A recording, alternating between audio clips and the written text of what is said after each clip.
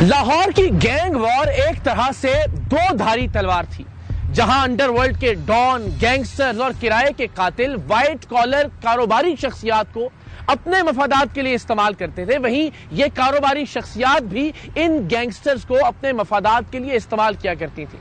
मामला सिर्फ कारोबारी शख्सियात तक महदूद नहीं था, इन गैंगस्टर्स के सियासतदानों से भी गहरे रवाबित थे।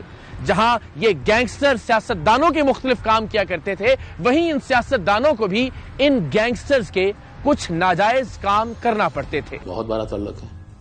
जरा आप थोड़ा सा एक चीज देख लें कि बलाज पहले तहरीक इंसाफ में था, अब वो मुस्लिम लीग नून में था।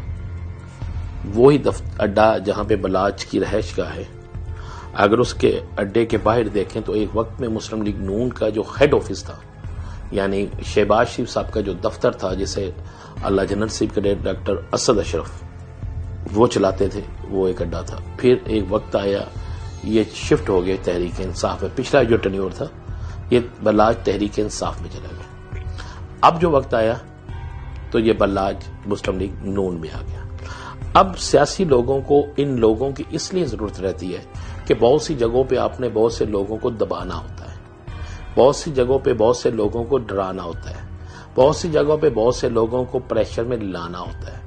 उसके लिए हर सियासी शख्स को एक बड़े बदमाश की जरूरत होती है, और वो एक से ज्यादा बड़े बदमाश अपने साथ रखता है।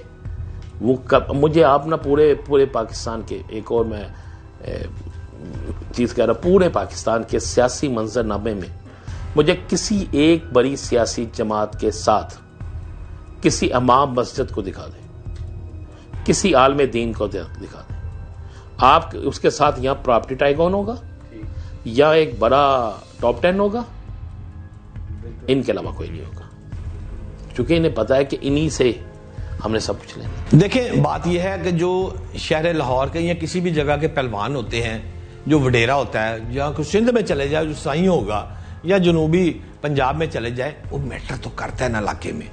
अब सियासतदान को उसका असर रसूख का फायदा तो लेना है ना।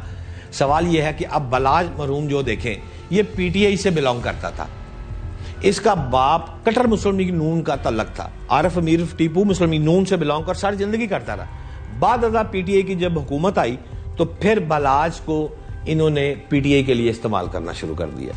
अब जब एंड पर आया है, मरने से कुछ देर कबल ये जाकर सुहेल भट्ट का बेटा उमर सुहेल उसकी जगह पर कंपेन कर रहे थे, उसकी जगह पर सुहेल शौकत भट्ट मुस्लिम लीग नून के एमपीए जो है, उन्होंने इनको मुस्लिम लीग नून में शामिल करवा दिया। तो अब ऐसे अफराद जब मुस्लिम लीग नून में या पीटीआई में जाएंगे तो वो मैटर तो करेंगे ना। अब बात यह है, लिबर्टी मार्केट या शालमी मार्केट के जितनी भी ट्रेडर्स विंग है जो पूरे लाहौर में अरबपति जो लोग हैं, क्या आप समझते हैं कि वो तीफी भट्ट के बगैर, उसकी रजामंदी के बगैर मार्केटें बंद कर देंगे? नहीं, ऐसे नहीं है। इन्हीं लोगों की वजह से मार्केटें खुलती हैं और इन्हीं लोगों की वजह से मार्केटें बंद होती हैं। जो शूटर है ना, मेरी नजर में तो वो इब्तदाई स्टेज होती है और ये पे रोल पे होता है। मेरी अपनी ओपिनियन है, हो सकता है वो इस बात से इत्तेफाक ना करे। यानी वेला होता है, वो नया होता है, वो शूटर होता है, वो गोलियां मारता है, वो टारगेट को हिट करता है, वो टारगेट किलिंग करता है। बड़े को कहने पे वो बड़ा कौन होता है? मेरी नजर में ना वो डॉन होता है। डॉन जो है ना, वो मिडल मैन मैं उसको कहूंगा। वो भी कंप्लीट जो है ना, वो अंडरवर्ल्ड का किंग नहीं होता, वो भी मिडल मैन आप यूं कह लें, जो जिसको आप अंडरवर्ल्ड का जो है ना चीफ कह सकते हैं, डॉन के हद तक। वो जो है ना उस शूटर को जो है ना उसको हैंडल कर रहा होता है, पीछे से उसका हुक्म चल रहा होता है, और जो शूटर होता है ना वो नीचे वाली स्टेज है। अगली स्टेज डॉन की आ गई। अब जो डॉन है ना, वो मैंने आपको पहले कहा कि मेरी नजर में ना वो अंडरवर्ल्ड का चीफ, मैं उसे कह सकता हूं कि अंडरवर्ल्ड को वो मिडल मैन के तौर पर हैंडल कर रहा है। लेकिन असल जो अंडरवर्ल्ड है ना, वो माफियाज हैं, जो मैंने आपको प्रोग्राम से पहले भी बताया कि जो शालमी के अंदर जिनके 2 नंबर काम है, शैम्पू बिक रहे हैं, 2 नंबर प्रोडक्ट्स वो बेच रहे हैं, और मेरे नाम को, मेरी तस्वीर को अपलोड करके मेरे डेरे पे बैठ के या मुझे अपनी दुकान पे बुला के, लोगों को दिखा के, अपने घरों में फंक्शनों में बुला के प्रेशर में लेके आते हैं मुआशरे में लोगों को। 2 नंबर काम करते हैं लोग, उनके पैसे दबा लेते हैं क्योंकि काम 2 नंबर है, तो वो उनसे पैसे निकलवाने के लिए हमारे चेहरे लोगों को दिखाते हैं।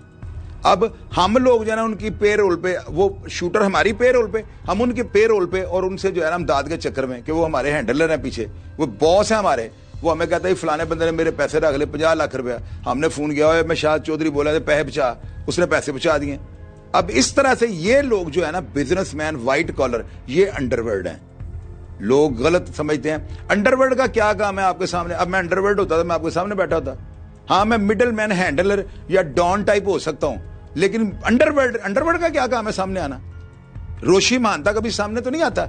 वो पीछे रोशी महानता वो लोग हैं जो स्क्रीन पे नहीं है। असल में अंडरवर्ल्ड को वो लोग हैंडल कर रहे हैं। इससे पहले टीफी, गोगी सियासी जमातों में रहे। लाहौर में नामो निशान नहीं था गुलाम मुस्तफा जतोई की नेशनल पीपल्स पार्टी का। एनपीपी बनाई था भुट्टो से अलग हो बेनजीर से, तो उसमें शामिल रहे बदमाश लाहौर के 8-10। उन्होंने दफ्तर बनाया यहाँ गुलबर्ग में, नसीराबाद के पास, नसीराबाद थाने के बिल्कुल सामने दफ्तर था उसका, एनपीपी का, इन्होंने बनाया।